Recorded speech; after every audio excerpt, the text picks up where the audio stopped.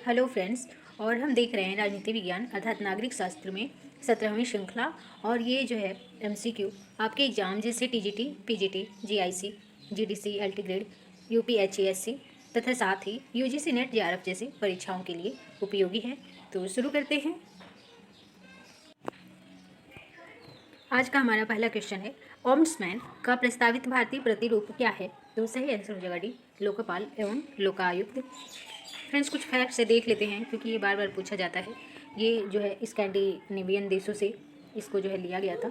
1809 में सर्वप्रथम ये स्वीडन में जो है न्यायिक ओम्बड्समैन के रूप में जो है आया। और भारत में जो है सर्वप्रथम इसे वर्ष 2013 में संसद द्वारा पारित किया गया। इसके पहले भी 1969 में पारित हुआ था, किंतु केवल लोकसभा में, राज्यसभा में नहीं हो पाया था। और फाइनली 2019 में जो है प्रथम लोकपाल के रूप में, लोकपाल अध्यक्ष के रूप में पिनाकी चंद्र घोष को बनाया गया लोकपाल का प्रथम अध्यक्ष। और इसमें 8 सदस्य होते हैं, 4 न्यायिक और 4 गैर न्यायिक। आगे बढ़ते हैं। अगला क्वेश्चन है, लोकपाल और लोकायुक्त पदों की स्थापना संसद ने किस वर्ष अधिनियम पारित करके किया? तो वैसे तो डी भी नहीं होगा। 1969 में केवल लोकसभा में पारित हुआ, राज्यसभा में हो नहीं पाया। तो उपरोक्त में से कोई भी विकल्प जो है सही नहीं है, क्योंकि कह रहा है कि संसद ने किस वर्ष अधिनियम को पारित किया। संसद का मतलब ही यहाँ दोनों सदनों से है, तो इसमें से कोई भी कथन सत्य नहीं होगा। आप देख रहे हैं यहाँ पे 1969 में लोकसभा में पारित हो गया, किंतु राज्यसभा में अटका रहा। फाइनली 2013 में ही पारित हो पाया। अगला क्वेश्चन है, लोकपाल विधेयक संसद में पहली बार कब प्रस्तुत किया गया? तो सही आंसर हो जाएगा 1968 में प्रस्तुत किया गया। इससे पहले 1966 में जो है प्रशासनिक सुधार आयोग द्वारा जो है उसकी सिफारिश की गई थी, पर पहली बार जो है 1968 में जो है ये प्रस्तुत किया गया था। अगला क्वेश्चन है, लोकपाल विधेयक अपने देश में पारित कब हुआ? तो इसमें से कोई भी कथन जो है सही नहीं है। 2013 में जो है लोकपाल विधेयक पारित हो पाया। अगला क्वेश्चन है कि लोकायुक्त पद की स्थापना सर्वप्रथम 1971 में कहाँ की गई, किस राज्य में की गई? तो सही आंसर हो जाएगा आपका बी, महाराष्ट्र में की गई। और यहाँ पे लोकायुक्त की स्थापना की गई। पर 2 फैक्ट आप ध्यान में रखेंगे। अगर कहे कि लोकायुक्त अधिनियम सर्वप्रथम किस राज्य ने पारित किया, तो सबसे पहले 1970 में उड़ीसा ने इसे पारित किया, लेकिन स्थापना नहीं हो पाया वहाँ पे, ठीक है। और स्थापना वाला पूछे किस राज्य ने किया, तो महाराष्ट्र ने किया। पारित किसने किया था? तो उड़ीसा ने किया था। स्थापना महाराष्ट्र ने किया। फिर अगला क्वेश्चन है, भारत में सर्वप्रथम किस राज्य ने लोकायुक्त अधिनियम को लागू किया? लागू करने का यहाँ मतलब ये है कि किसने जो है इसकी स्थापना कर दी। तो सही आंसर हो जाएगा महाराष्ट्र ने। प्रस्तुत या पारित किसने किया था? उड़ीसा ने। अगला क्वेश्चन है, ओम्बड्समैन की संस्था सर्वप्रथम कहाँ स्थापित की गई थी? तो सही आंसर हो जाएगा डी, स्वीडन में 1809 में। फ्रेंड्स, बहुत ही पहले 1809 में ही जो यहाँ पे स्थापित किया गया था।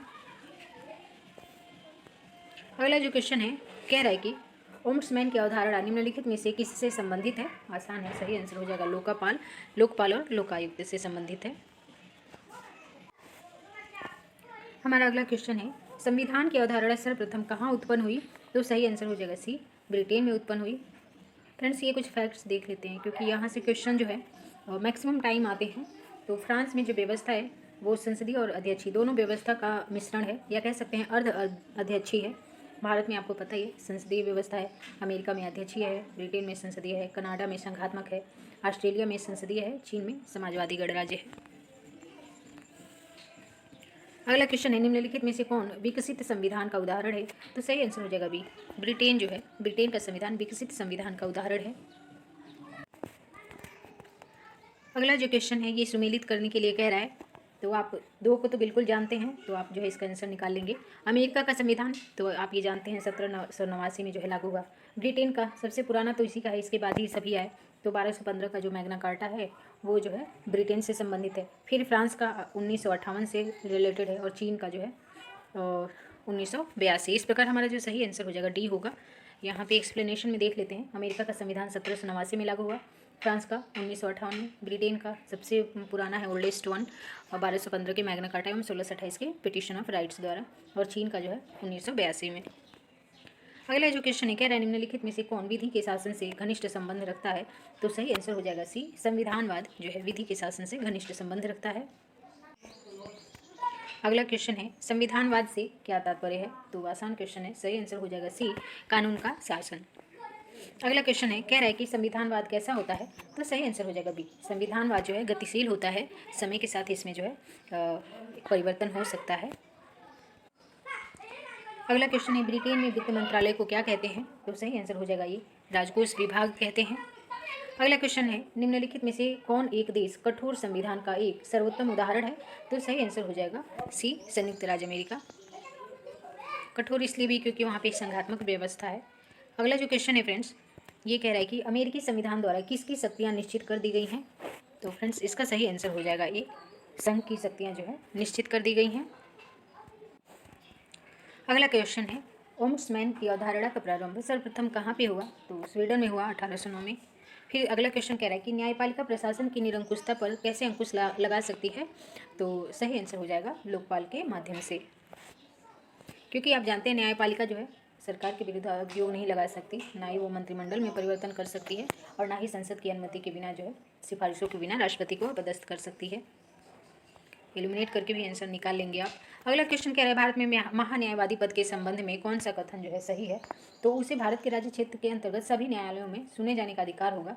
ये पहला ही स्टेटमेंट आप देखते हैं कि सही है। अगला क्वेश्चन है, फ्रांसीसी दलों में सबसे पुराना दल जो अब विघटित हो गया है वो कौन सा है? तो सही आंसर हो जाएगा सी, रेडिकल पार्टी।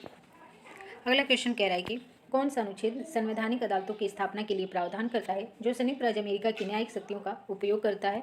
तो सही आंसर हो जाएगा बी, अनुच्छेद 3। अगला जो क्वेश्चन है, कह रहा है निम्नलिखित में से कौन सा एक सही सुमेलित नहीं है?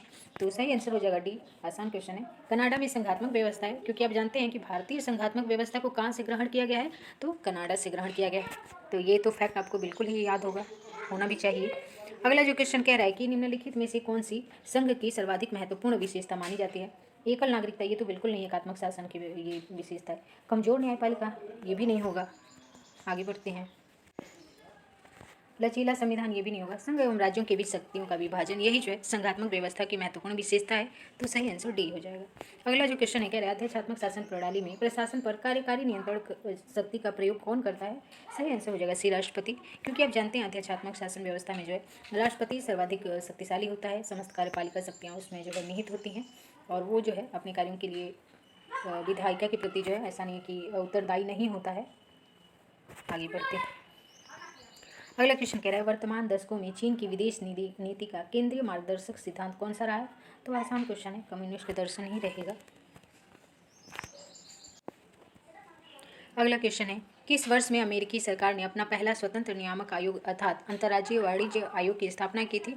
तो सही आंसर हो जाएगा डी, 1887 में। इंपॉर्टेंट है, भले ही छोटा क्वेश्चन है, ध्यान रखेंगे। अमेरिकी संविधान का कौन सा अनुच्छेद राष्ट्रपति के कार्यालय से संबंधित है? तो सही आंसर हो जाएगा ए, अनुच्छेद 2।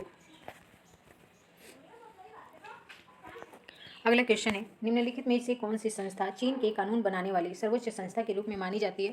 तो सही आंसर हो जाएगा ये, नेशनल पीपुल्स NPC, जिसका कि फुल फॉर्म है नेशनल पीपुल्स कांग्रेस। आगे बढ़ते हैं। हमारा अगला क्वेश्चन है, ब्रिटिश संसद में निम्न या लोकप्रिय या प्रत्यक्ष निर्वाचित शक्तिशाली सदन कौन सा होता है? तो सही आंसर हो जाएगा बी, कॉमन सभा। लॉर्ड सभा द्वितीय और उच्च सदन होता है वहाँ पे ब्रिटेन में। अगला क्वेश्चन है, लॉर्ड सभा की अध्यक्षता कौन करता है? तो सही आंसर हो जाएगा ए, लॉर्ड चांसलर करता है। अगला क्वेश्चन है, निम्नलिखित में से कौन सीनेट की अध्यक्षता करने वाला पदेन अधिकारी है? सही आंसर हो जाएगा बी, उपराष्ट्रपति। ये अमेरिका की बात हो रही है, सीनेट वहाँ का उच्च सदन है। अगला जो क्वेश्चन कह रहा है, संयुक्त राज्य अमेरिका की विदेश नीति को अंतिम रूप कौन प्रदान करता है? तो सही आंसर हो जाएगा सी, राष्ट्रपति, क्योंकि वहाँ पे जो है राष्ट्रपति अत्यधिक शक्तिशाली होता है और बहुत सी शक्तियों का प्रयोग करता है। अगला जो क्वेश्चन है 14, कह रहा है कि फ्रांसीसी संविधान का कौन सा अनुच्छेद प्रधानमंत्री को विधायिका में विधायी पहल देता है? तो सही आंसर हो जाएगा ए, अनुच्छेद 39। अगला क्वेश्चन है, निम्नलिखित में से कौन सा एकल दल प्रणाली के लिए एक उदाहरण है? तो सही आंसर हो जाएगा बी, चीन। अगला जो क्वेश्चन है वो कह रहा है कि दोहरी नागरिकता की प्रणाली किन देशों में प्रचलित है? तो आपका दोहरी नागरिकता की बात हो रही है तो भारत में नहीं है, आप जानते हैं यहाँ भी भारत में नहीं है, यहाँ पे कनाडा में नहीं है। तो सही आंसर हो जाएगा डी, स्विट्जरलैंड और अमेरिका में जो है दोहरी नागरिकता का प्रावधान है। अगला जो क्वेश्चन है, कह रहा है किसके द्वारा लोक निगमों को 20वीं सदी की सबसे बड़ी संवैधानिक मौलिकता कहा गया? लोक निगमों से फ्रेंड्स काफ़ी क्वेश्चन आए हैं पिछली बार, एक पैटर्न रहा है, एक क्वेश्चन आया है, तो इसमें सही आंसर हो जाएगा WA रॉबसन जो है। इन्होंने लोक निगमों को 20वीं सदी की सबसे बड़ी संवैधानिक मौलिकता कहा है। अगला जो क्वेश्चन है कह रहा है कि कौन यह स्वीकार करता है कि संविधान उन नियमों को कहते हैं जो सर्वोच्च सरकार की रूपरेखा जो है निर्धारित करते हैं। तो सही आंसर हो जाएगा आपका डी, CF स्ट्रॉन्ग। अगला क्वेश्चन कह रहा है कि लिखित तथा अलिखित संविधान में केवल मात्रा का जो है भेद है, गुण का नहीं। ये कथन किसका है? तो सही आंसर हो जाएगा बी, गार्नर का कथन है ये। अगला क्वेश्चन है संविधान क्या है? तो संविधान किसी देश का जो है मूलभूत कानून है। सही आंसर ये हो जाएगा। अगला जो क्वेश्चन है कह रहा है कि निम्नलिखित में से किस देश में एकात्मक शासन व्यवस्था नहीं है? तो सही आंसर हो जाएगा डी, ऑस्ट्रेलिया, क्योंकि ऑस्ट्रेलिया में संघात्मक शासन व्यवस्था है। अगला जो क्वेश्चन है ये सुमेलित करना है और कौन सी जो पार्टी है वो किस राज्य से संबंधित है। ठीक है, तो इसमें जो है आप जानते हैं कि जो TMC है, तृणमूल कांग्रेस है, वो पश्चिम बंगाल से संबंधित है, यानी दूसरा का सी। अगर आप एक भी जानते हैं तो आप इस आंसर को जो है प्राप्त कर सकते हैं। सही आंसर हो जाएगा सी। और इसका एक्सप्लेनेशन देख लेते हैं। जो TDP है ये आंध्र प्रदेश से संबंधित है, TMC ये पश्चिम बंगाल, और DMK जो है तमिलनाडु से संबंधित है, और BJD जो है उड़ीसा से संबंधित है। फिर अगला क्वेश्चन है जाति प्रथा का तत्व है क्या है? तो सही आंसर हो जाएगा डी, संप्रदायवाद जो है। सॉरी फ्रेंड्स, जाति प्रथा जो है संप्रदायवाद का संबंध धर्म से होता है। जाति प्रथा का जो तत्व है वो है चेतना बोध। सही आंसर ये हो जाएगा। अगला क्वेश्चन है जिसे राजनीति में जातिवाद कहा जाता है वह जातियों के राजनीतिकरण से अधिक कुछ नहीं है। ये कथन किसका है? तो ये कथन फ्रेंड्स लॉर्ड रूडोल्फ का तो नहीं है, मॉरिस चांस का भी नहीं है। ये स्टेटमेंट रजनी कोठारी का है, इनका नाम नहीं याद आ रहा था मुझे। अगला जो क्वेश्चन है कह रहा है कि धर्मनिरपेक्षता का जो है क्या तात्पर्य है? तो सही आंसर हो जाएगा सी, राज्य का कोई धर्म ना होना ही धर्मनिरपेक्षता है। अगला क्वेश्चन है मंडल आयोग का संबंध किससे है? तो सही आंसर हो जाएगा ये पिछड़ी जातियों से है। अगला क्वेश्चन है मंडल आयोग कब गठित किया गया था? तो सही आंसर हो जाएगा डी, 1979 में, और 1980 में इसने रिपोर्ट दी थी। अगला क्वेश्चन है कॉमन सेंस का, कह रहा है कि भारतीय राजनीतिक व्यवस्था में कौन से तत्व महत्वपूर्ण भूमिका निभाते हैं? तो जाति तो निभाता ही है, क्षेत्र, धर्म, ये सभी निभाते हैं। राष्ट्रीय दृष्टिकोण पे जो है नहीं उतना ध्यान दिया जाता है। तो सही आंसर हो जाएगा ये 1, 2, 3।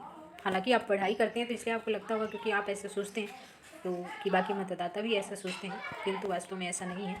अगला जो क्वेश्चन ये कह रहा है कि भारत में क्षेत्रवाद की उदय का प्रमुख कारण क्या है? तो सही आंसर हो जाएगा डी, भाषा के आधार पर राज्यों का गठन तथा पुनर्निर्माण। अगला जो क्वेश्चन है कह रहा है क्षेत्रीय परिषद का अध्यक्ष कौन होता है? तो सही आंसर हो जाएगा सी, गृह मंत्री। और फ्रेंड अंतर्राज्यीय परिषद का जो अध्यक्ष है वो प्रधानमंत्री होता है। तो छोटे छोटे फैक्ट्स को ध्यान में रखेंगे। अगला क्वेश्चन है सांप्रदायिक प्रतिनिधित्व का क्या अर्थ होता है? तो सही आंसर हो जाएगा बी, धार्मिक आधार पर प्रतिनिधित्व। अगला क्वेश्चन है कि सुश्री मायावती उत्तर प्रदेश की पहली बार मुख्यमंत्री कब बनी थी? तो सही आंसर हो जाएगा बी, 1995 में, अर्थात 1995 में, और ये 4 बार जो है मुख्यमंत्री रही उत्तर प्रदेश की। आज के लिए फ्रेंड्स इतना ही, धन्यवाद।